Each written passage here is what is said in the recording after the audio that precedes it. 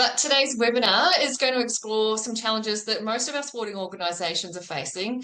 And we know that girls drop out at much higher rates during adolescence. And while we do really great social participation models for adults, there's often a bit of a gap missing with our youth. And trying to create different ways to engage them and retain our girls is definitely an area that we're all hugely focused on. Girls often participate for much different reasons for boys as well. And given that only a small percentage of athletes make it through to those elite levels, there's definitely an opportunity for us to engage in different ways and try different models. So today we're going to be stepping away from those traditional competitive models that we know and exploring two very successful social models from both the traditional basketball and non-traditional sports skateboarding. So today we have Lara from Basketball Tasmania and Pixie from She Shreds Australia skateboarding, and together they're going to be sharing their case studies on the strategies that have really worked for them. So how they've created these environments and what's keeping these girls coming back, and the really intentional, unstructured approach that they take too. So I hope today is that you'll leave with some really practical ideas that you can adapt into your own sport. But we will be kicking off with Pixie today from She Shreds, and then Lara will follow up afterwards. So please join me in welcoming Pixie and Lara, and over to you, Pixie. Thank you very much. So hi everyone, I'm Pixie from She Shreds Australia. I have been a part of the organisation for about 7 years now and been working with girls obviously for that entire time. We, as skateboarders, we don't tend to have, especially in Tasmania, a lot of competitions. We don't have a lot of the infrastructure to allow for a lot of competitions, so a lot of them do happen over on the mainland. But that doesn't mean that we can't progress in the sport. And something that we've done ever since She Shreds first was created is have social sessions. So every Sunday, we toddle on down to usually EC Skate Park with a bunch of skateboards and pads and helmets and a flag, and we are there to help people get rolling, basically. So any girl or woman who comes along and wants to give it a go, or is a little bit like, this is for me, they can come along. We'll get them rolling in a safe, friendly environment. And then people can just take it from there as to where they want to go. If they want to really progress and go hard, we've got those avenues available. And if they want to just be social, hang out with people, play a game of skate with other people, they've got that opportunity there as well. So the Sunday social sessions are probably our best, I think, non-traditional kind of social thing that we do. The other thing that we have noticed is that girls definitely like to skate with other girls, with their friends. Even though it's an individual sport as such, they want to do it in a group. So we allow for that. We do have slightly more structured, I don't want to say lessons, but clinics, I guess, that we run.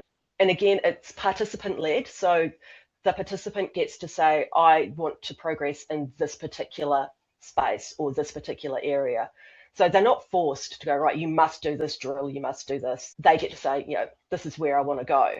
And we've engaged with a third party to provide that coaching. One really cool thing that we've just started doing, this is very exciting for me, is we are going to be taking a group of some of our more dedicated, I guess, girls over to the mainland to do a skate camp.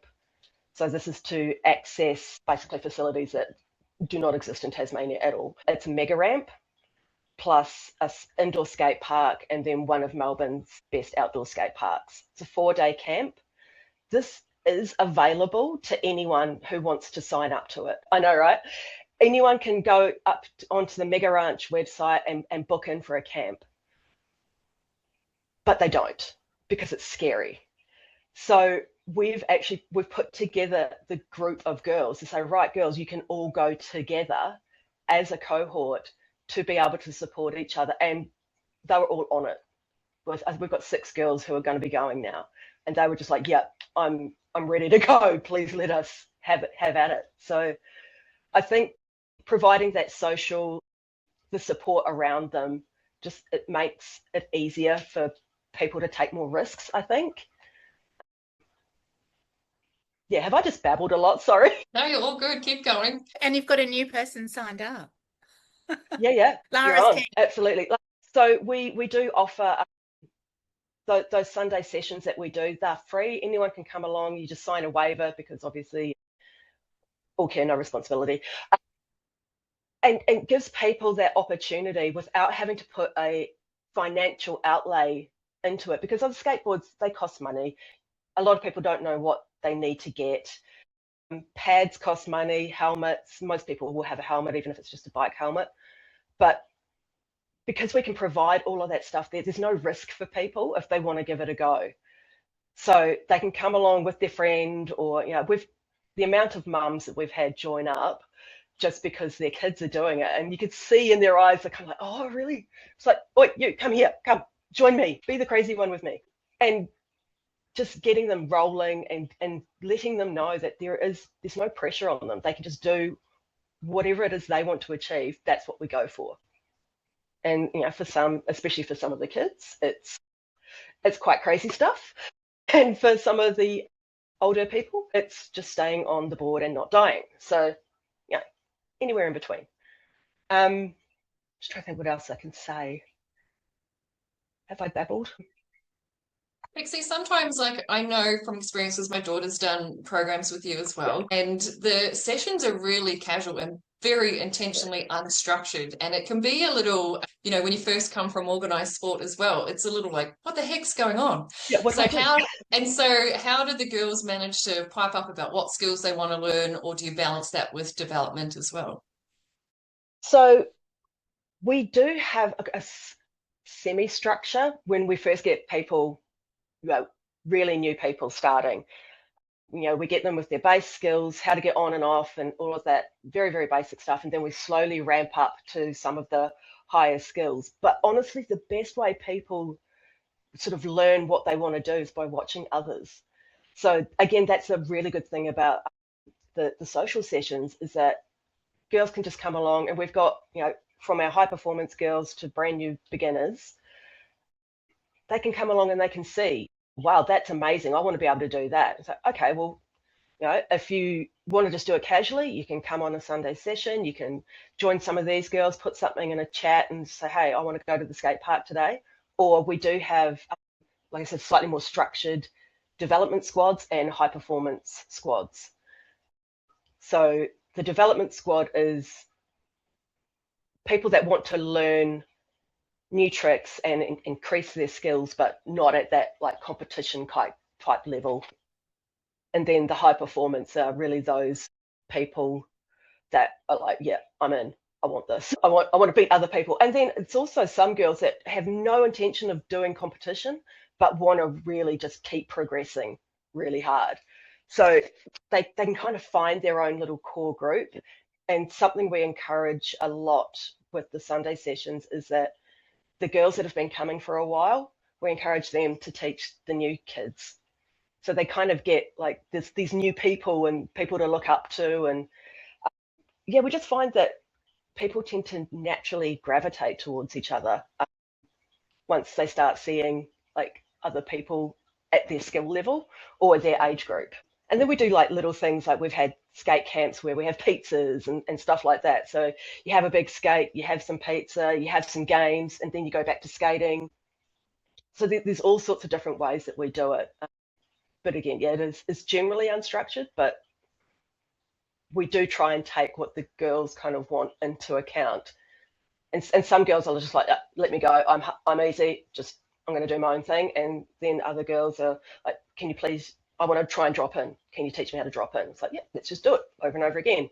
And usually when that happens, I'll end up having like a line of girls at a quarter pipe going, we all want to learn how to drop in. So it's really cool. Like, I don't want to say lemmings, but it's people learn off each other. So, and they get inspired off each other. Yeah. Yeah, it's super child-led, which is cool. Can I ask as well, what is it about the culture of skateboarding that really supports that social model so well? I think it's because there's not the competition. So I don't know if anyone's watched the especially the girls skateboarding in the Olympics is a really fantastic example. They are so supportive, and skateboarders in general are really supportive of each other. So they're not standing there like watching you to go, you suck. Everyone's standing there watching generally to go, come on, are you going to get it? Are you going to make that trick? Are you going to achieve what you're trying to do? And it is such a different mindset, I think, from some of the really competitive sports where it's like, no, I have to be the best. Skateboarding just naturally is, we all want to be our best selves. And like the amount of times you'll see people at the skate park, you'll be just people like standing around watching maybe one or two people trying a trick, going again and again and again. And when they actually achieve the trick, the amount of like good vibes and cheering and stuff that happens around the skate park is so nice. So I think that's probably a big part of it, because it isn't that competitive. I mean, even in the Olympics, they were all cheering for each other. I mean, the poor girl that just could not get her run down, they carried her off on their shoulders. I mean, yeah, it's that support, I think. And it's something that we definitely encourage as part of She Shreds, is that we don't allow for talking down on people. It's not a part of the culture. It's like, we don't allow it. So you don't put people down, you bring them up, because that is skateboarding. Pixie, can I ask you a question in Yeah. terms of, and so the Sunday sessions are at in the city at EC or above EC. What's the situation? What's the momentum like for women and girls skateboarding elsewhere in the state, like Launceston, North West Coast regional areas, etc.? Do you have a sense of that in terms of participation, or is it because it's not formal competitions in Tasmania, is there no way of really measuring it? Probably no formal way of measuring it, but we've done little trips, like we've gone up to Burnie, we've gone to Launceston, places like that, and girls will turn up.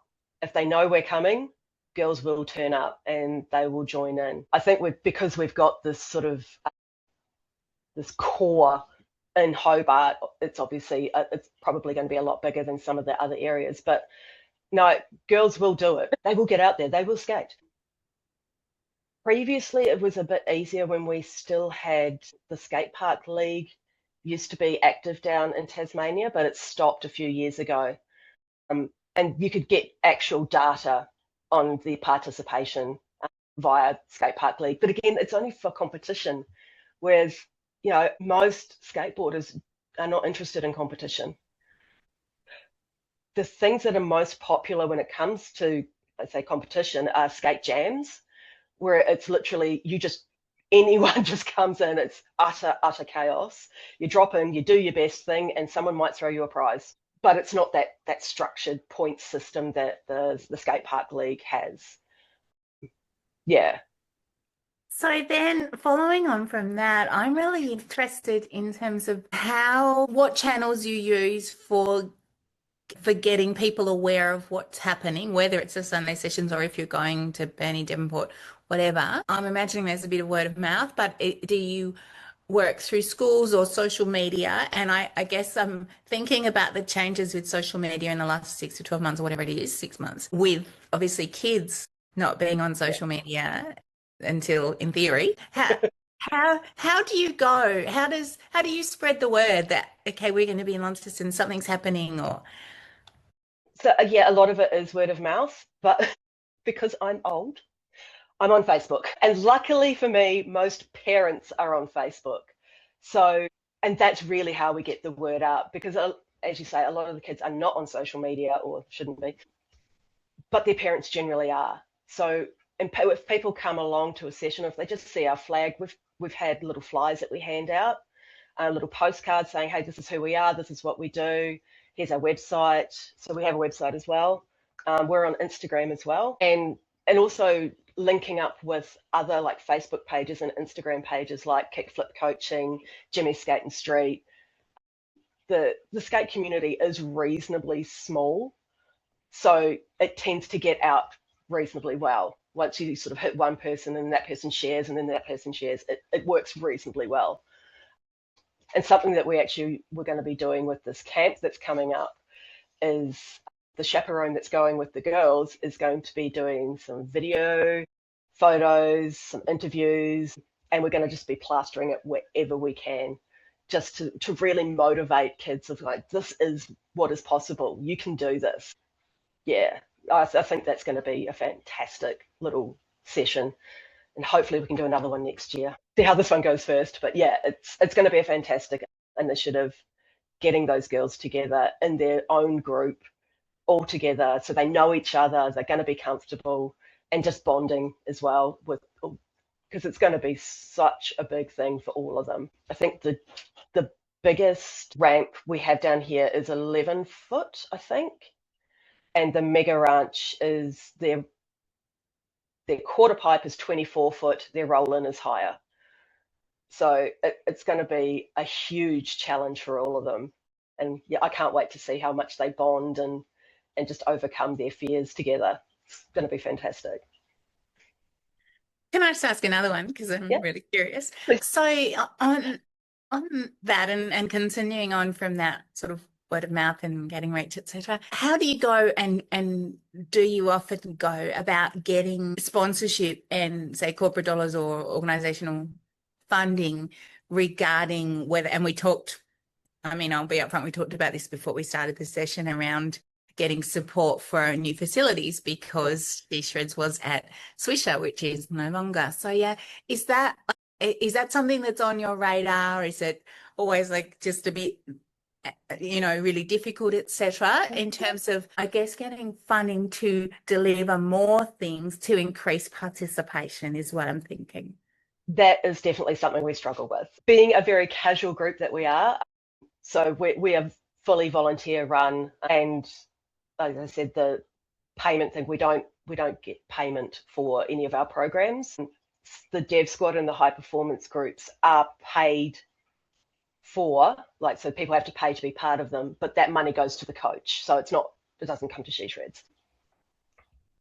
We are looking at trying to get sponsors now because we have recognised we are going to need some cash to be able to get a new facility up and running, and so we have started reaching out to organisations, but it's actually really hard.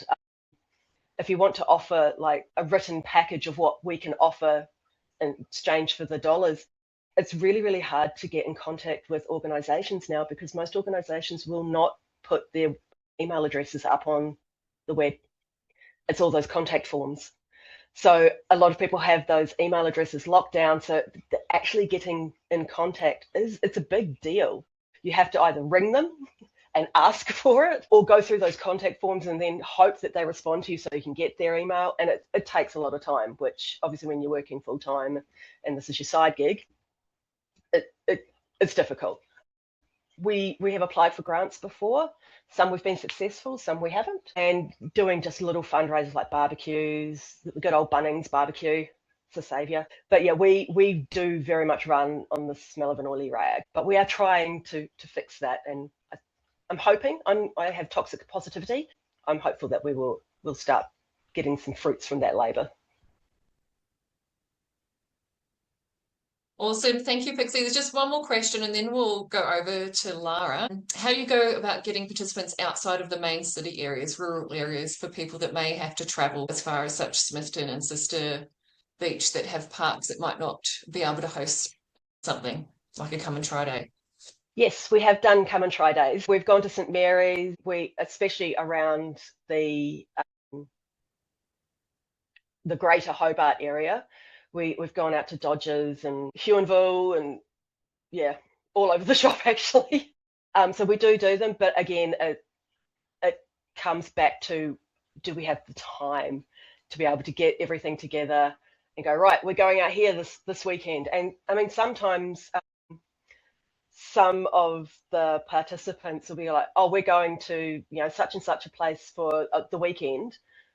We'll take our boards up and we can just put it on our Facebook page, say, hey, there'll be some people up in this particular area having a skate, go join them. So we do use that Facebook page and Facebook group quite extensively for that kind of thing. And we encourage other people to say, hey, put it up in a group chat, put it up somewhere saying that, hey, I'm going to come down to EC at such and such a time, come join me, or, out to Smithton or Old Beach or Bridgewater or wherever you're going. Yeah.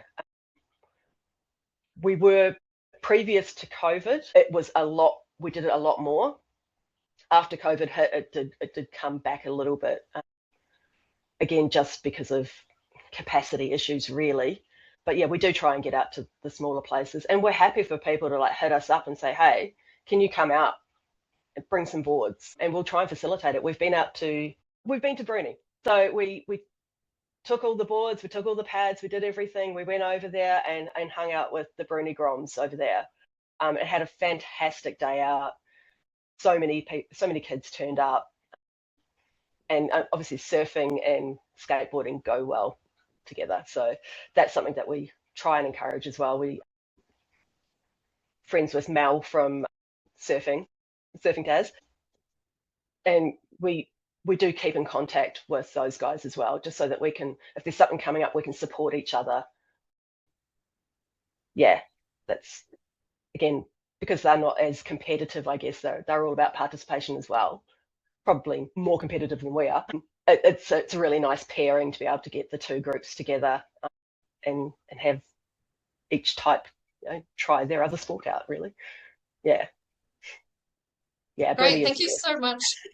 Thank you, Pixie. We might just pause it there. If you do have more questions for Pixie and their model and everything they use, feel free to pop them in the comments, and we'll try and come back again and circle at the end to more questions. But we will jump over to Lara, who's from Basketball Tasmania. They run a really different model, but there's still lots of similarities. There's lots of peer-led activities. There's pizza. There's crazy dress. I love the crossover there. But over to you, Lara, just sharing what is working for you guys.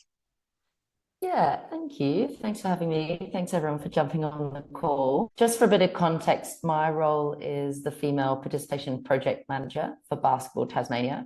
So I'm leading a project to get more women and girls playing, coaching and refereeing. So there are three very distinct pillars. And outside of that, it's not any more defined. And when we talk about female participation, well, where do we want to focus? Do we want to focus on the young girls coming into the sport? Do we want to focus on female retention in the teenage years? Do we want to focus on mums and bubs and getting, women playing after they've had children?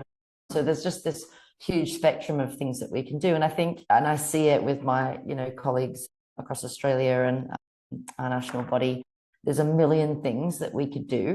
And it's just trying to hone in on what do we have the capacity to deliver and what's going to have the biggest impact. The work that I'm doing is funded by an Australian federal Play Our Way grant funding. And so we are really fortunate to be in a position where we have resourcing to deliver various activities. And yeah, specifically for this call, thinking about, female teenage participation, at least, just to talk about what are we seeing in basketball at the moment. We see very limited social domestic basketball happening across the state outside of schools. So there might be some schools tournaments and competitions, but in terms of opportunities to play with friends outside of schools, it's super limited.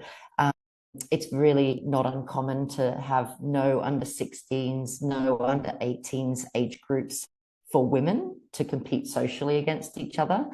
But that would obviously exist on the men's side. And so it's not true for the whole of the state, but it's, quite true that there might be, a combined 16, 18 comp.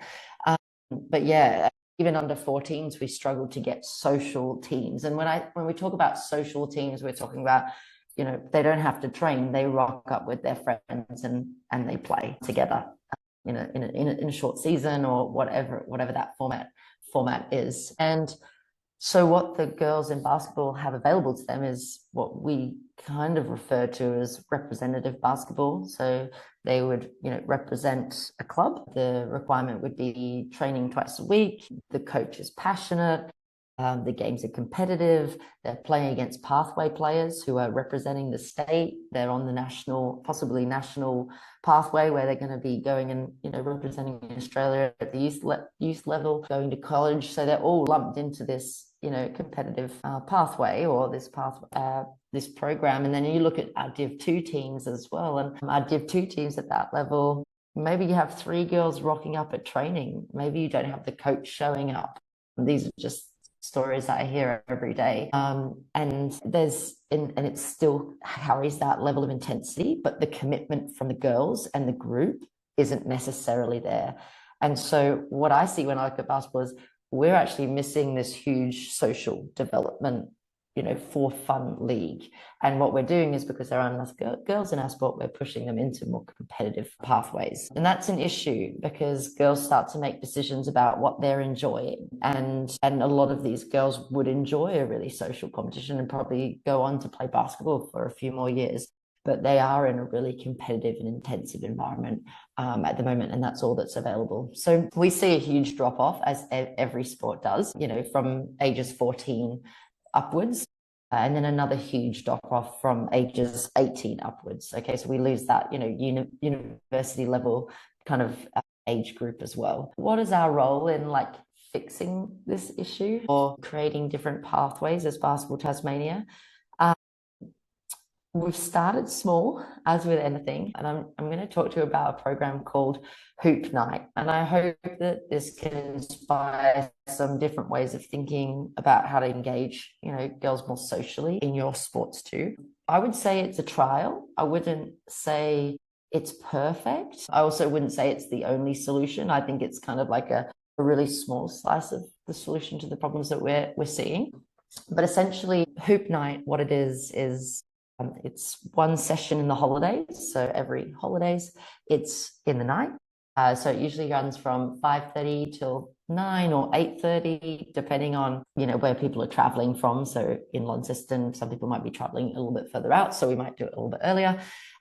It's open to anyone, any skill level. It's open to all girls. It's marketed at girls that are already in the game, because our goal around this program is retention. Okay, how do we keep girls playing? How do we give them social opportunities to engage without pressure? And I think that's the biggest thing about our marketing. I think on my marketing, I say, no pressure, no judgment, no coaches, no drills, really getting across the fact that this is completely social. And the idea was inspired by a session that we used to run at my old club back in Sydney. And it was like Street Ball Fridays. And we did it in the holidays.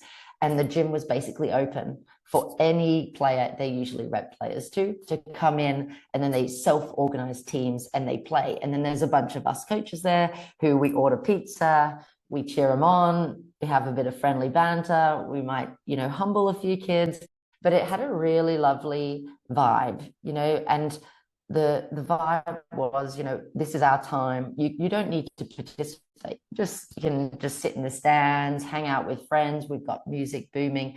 And it was where where the community really came together and just kind of bonded, girls and boys. It was a really, really special feeling. So that's what it's inspired on. I've tried to, get that going, here in Tasmania. And there's some pros and cons, but I might tell you what it looks and feels like. Music, there's a lot of music, huge, big speaker. We bring that in, we pump the tunes. We have pizza, not that that's the answer to everything, but eating together, socializing together is a really important part, as much as being active, those down times, and allowing the girls to socialize and get to know each other is really, really, really important.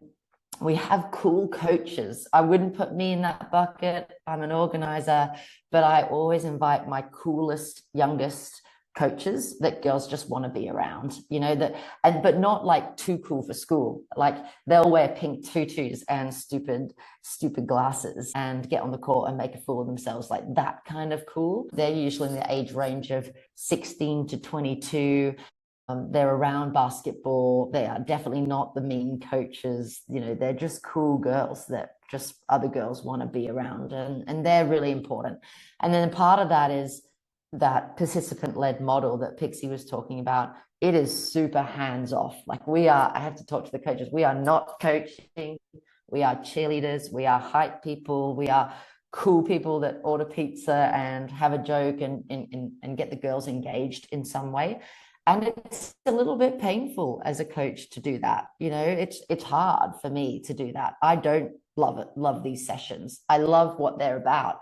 But as a coach, I'm like, I just want to make them better. But I have to remind myself that it's actually about putting 3 in the air and like, let's go, and celebrating and laughing at air balls, and just having a really cool time with the girls. It's more like a party than a basketball session. And whilst it's not my favorite session as a coach, in the ratings that we get when we give our feedback forms out, we get like average of 4.9 out of 5 on average happiness, fun, success ratings. So they're our highest rated sessions, and they're our lowest ask. We don't prepare anything. We get the speakers, we bring some bibs, we bring some balls, we organize some cool coaches. We don't have a lesson plan. We don't have a structure. We organize pizza. Actually, that sounds like quite a few things, but in the scheme of things, it's not. It's really, really low lift. The pros, what's really good?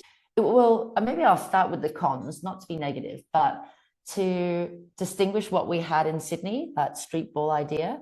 What we had in Sydney was a club coming together. We train together. We see the boys play, the boys see the girls play. We all wear the same uniform.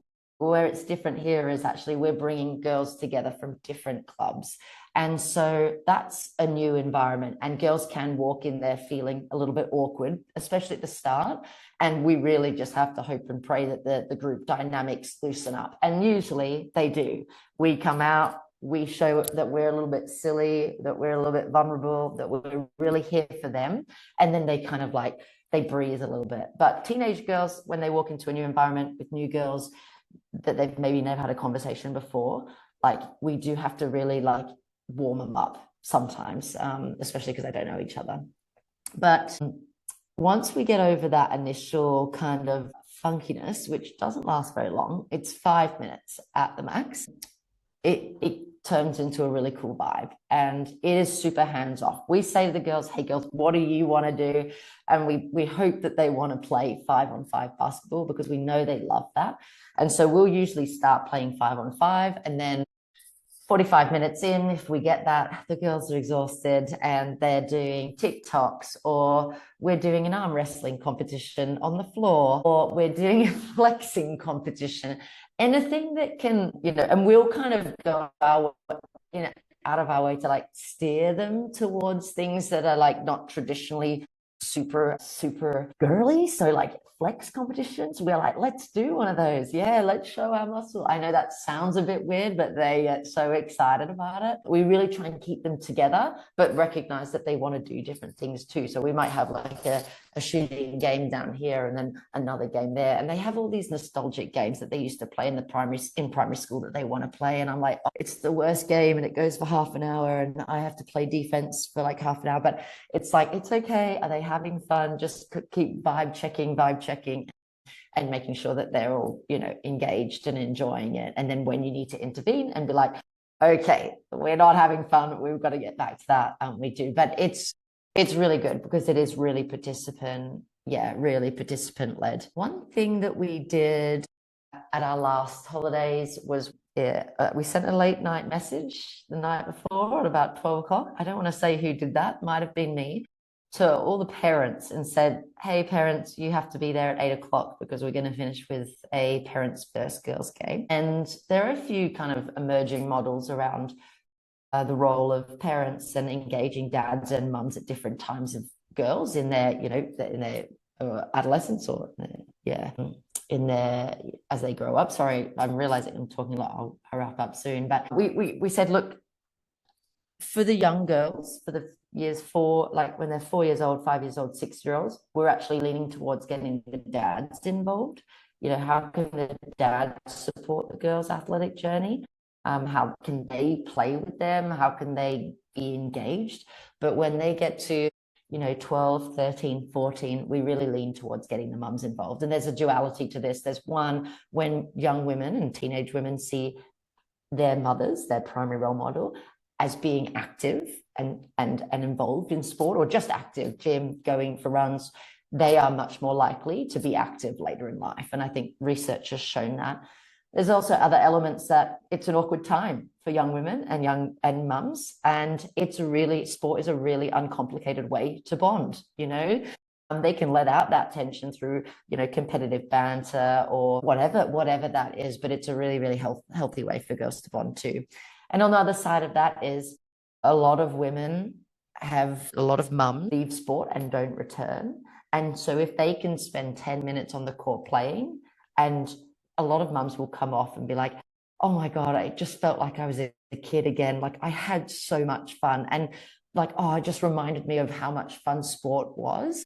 Like that is amazing, because now we've got the mums maybe a little bit more invested in their own journey too, which has a good impact on the daughter as well. They're small things, and it's hard work. Like when they come in, I really have to recruit the pants off the parents, and they're all like, don't look at me. I know you sent an email to bring don't look at me. I've got a back issue. And some of them have literally walk in boots, and I'm like, all right, I'll give you that one. But really recruiting the parents and being like, no. And in the email correspondence, say why it's important. This is actually really important, not just for you, but for your daughter to see you in this environment, to see you active. So get on the court. And you know what? You just got to get them on, and then they love it. They get so competitive. The vibes are never higher than when the parents come in and play. The girls love it. You know, it's just an absolute amazing time. And the dads were walking. We did a session in Deloraine, and we had the farmers. They were farmers. They didn't own sand shoes. And they were like, and we had pink tassels up, and they were like, this is not like, no. And I was like, once you cross the pink tassel line, you're all in. And once we got them on court, it was a blast. And so how do we involve the parents? How do we, you know, build that community? So that such a pro. I would really, really recommend it. The cons are, it's a little awkward at the start sometimes. There's a different range of abilities and skills. You know, basketball, we do compete. So girls who are really new compared to girls that are in that pathway coming together. Sometimes we don't nail it, but most times it's great, and the girls are just there to have a bit of fun. There's one other element, and I'll skip through this really quickly, but if anyone has any questions, happy to go in deeper. We ran the hoop night as an incentive to get more girls into refereeing. And essentially, we said, if you do this referee course, you get to come to hoop night for free. Now, hoop night's $10. It covers pizza. That's pretty much it. But if they did the referee course, they could stay on and do hoop night afterwards. And so it was a little bit of an incentive as well. What we found is we're actually moving away from that model. We're going to do them completely separate. You can still come for free if there's a monetary value there for you. Like, great. We just want girls walking in the door. But we actually find that the girls that are signing up to refereeing actually don't care so much about playing anymore. They've like lost something in playing that they're trying to find with refereeing. And so we didn't actually find that those two, they didn't not complement each other, but we did it as a safety net to be like, oh, we want girls to this thing, so let's just do it straight after the referee course, so they just hang around. And it's a bit of an incentive, but the model's good enough that we don't need to do that anymore. We can hold it in isolation alone, and we're getting 40, 50 kids in Hobart, you know, girls coming to ball out and play. And so the evolution is we're going away from the referee model, but just because probably didn't have the, like, it was great, but we just don't need it anymore. We've got a lot of girls wanting to referee, and a lot of girls coming along as well. I'm going to put some photos in the chat so you can get a sense. Now, because it's so informal and casual, we don't get a professional photographer to come and capture these events. We take one selfie at the end. So what you're seeing is like our raw selfie footage, but we really want to keep it authentic for the girls. You know, they can get hot and sweaty, and they don't have to worry about a photographer capturing them and putting it on social media. So I'm going to put some, if they load, I'm going to put some photos in so you can see it. But happy to take some questions too. Sorry, I realize I've talked for a long time. Thank you so much. I'm sorry, you got a question, Jo? Oh, no, I was really just going to say while you're loading them, Lara, thanks. That's what it's not a question as such, but I really like that learning of, when you're talking about originally having hoop night for referees straight into hoop night for players and the difference. And I kind of really like you highlighting that it's about learning. So sometimes things are great, but they're just not what you need, or sometimes they don't work so well. But I think being agile and recognizing that and looking at it and then shifting is so important. Yeah, and we found with the refereeing too that the girls did the referee course and then they didn't want to play. They just wanted to referee. And so I had like 10 girls up being like, can we referee the next game? I'm like, we need players first. And then, so, it didn't not work. It just wasn't, it wasn't the determiner for the success of either, Yeah. Yeah. And we'll put the links up earlier to both Hoop Nights and She Shreds if you want to find out more info and everything there. But just being mindful of time here, and I appreciate you all on your lunch breaks. And we've got one question here from Penny. This model sounds amazing and seems like it's working great. What was the growth for the girls in sport been like since doing this? We can only speak to the growth really in the program. So since we've run it, I think we've run 3, and the numbers have, doubled from the first to the third. But broader metrics in sport, I would say it's very minimal impact on, like, if we zoom out and be like, all right, how many girls in these age groups are playing basketball, continuing to play basketball? I think it's too early to see those metrics. But anecdotally, I can say that there are girls that attend that I know are turning away from basketball, from that competitive model, because I talk to them and I can see the look on their faces when they play. And I can see how they feel in that session. And I feel like it's opening their eyes to, hey, maybe this pathway for basketball doesn't exist, but the joy and enjoyment still exists in some capacity. So no statistics, only anecdotal evidence. And that's the hard thing, I think, with this work as well. It takes time. Awesome. Thank you so much, Lara. Thank you so much, Pixie. Please give them some love in the comments. I'm sure you've learned something from them today, which is great.